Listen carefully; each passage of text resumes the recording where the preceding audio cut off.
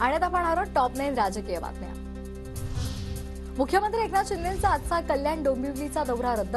शिंदेंचा दौरा अचानक रद्द झाल्यामुळे राजकीय वर्तुळात चर्चा। उद्धव ठाकरे यांचा आज खासदार श्रीकांत शिंदे यांच्या मतदारसंघात दौरा। कल्याण डोंबिवलीच्या शाखांना ते भेटी देणार आहेत। सकाळी 10 वाजता उद्धव ठाकरे पत्रकारांशी संवाद साधणार असल्याचीही माहिती मिळते।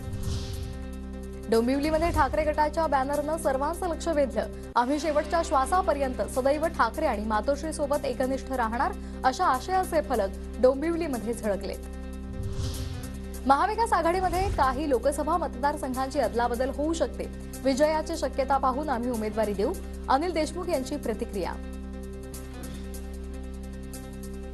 आमची तिथे चर्चेमध्ये आम्ही 3-4च्या बाबतीत चर्चा करू। तिथे भंडारा गोंदिया लढवली होती, अमरावती लढवली, बुलढाणा सगळ्यांना माहिती आहे काय लढवलं होतं। आता ते संपूर्ण जे काही मतदारसंघ आहेत जे लढवली तेच लढवली पाहिजे असं नाही, एक्सचेंज सुद्धा होऊ शकतं। भंडारा गोंदियाची लोकसभेची जागा शरद पवार गट काँग्रेसला सोडण्याच्या तयारीत। प्रफुल्ल पटेल अजितदादांसोबत भंडारा गोंदियामध्ये पवार गटाची फारशी ताकद नाही।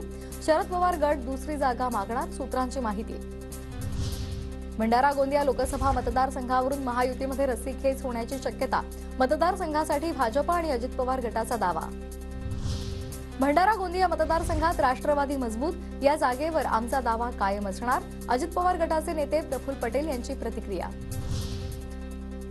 मनसे अध्यक्ष राज ठाकरे यांच्या उपस्थितीमध्ये आज पुण्यामध्ये मेळाव्याचे आयोजन। मनसेचे सरपंच आणि ग्रामपंचायत सदस्यांसह मनसेचे पदाधिकारी मेळाव्याला उपस्थित राहणार।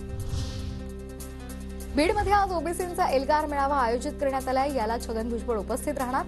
मेळाव्यातील भाषणाकडे सर्वांचं लक्ष।